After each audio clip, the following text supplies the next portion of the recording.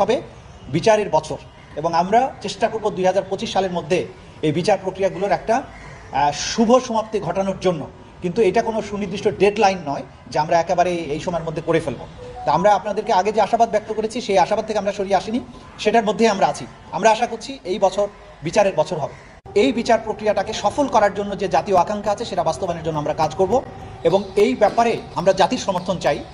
বিচারটাকে নিরপেক্ষ করা, স্বচ্ছ করা, নির্দিষ্ট সময়ের মধ্যে শেষ করার চেষ্টা করা, অতি বিলম্বিত না করা, আবার কেউ যাতে ন্যায় বিচার বঞ্চিত না হয় সে ব্যাপারেও দৃষ্টি রেখে এই সমস্ত দিকগুলো বিবেচনায় রেখে আমরা একটা কঠিন যাত্রা শুরু করেছি।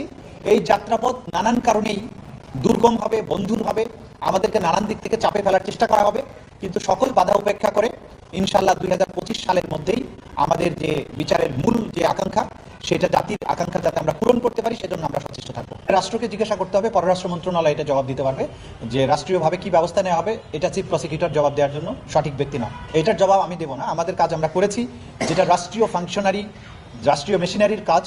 অন্য রাষ্ট্র থেকে অপরাধীকে ফিরিয়ে আনার যে চেষ্টা, সেটা ভিন্ন রাষ্ট্র, যে রাষ্ট্রের কাছে চাওয়া হয়েছে তারা কি ধরনের রিয়াকশন দেখাবেন, কি জবাব দিবেন এবং সেটাকে কিভাবে মোকাবেলা করা হবে, এটা রাজনৈতিক সিদ্ধান্ত এবং রাষ্ট্রের কাজ, এটা চিফ প্রসিকিউটর অফিসের কাজ নয়। আমরা যদি সুনির্দিষ্টভাবে কোনো তারিখ বেঁধে দেই, এইটা নানানভাবে ভুল ব্যাখ্যা করা হতে পারে, এটা উচিত নয় আমাদের পক্ষে বলা।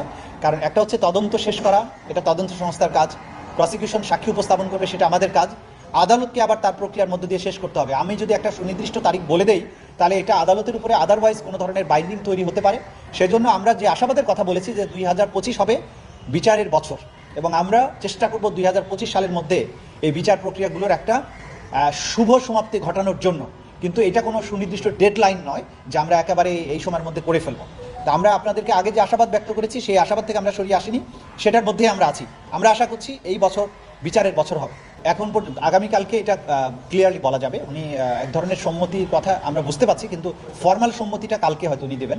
উনি ওনার সম্মতি পেলে বা ওনার তারিখ পেলে তখন আমরা সেই দিনে আমরা এই ভবনে ইনশাআল্লাহ আনুষ্ঠানিকভাবে কাজ শুরু করব।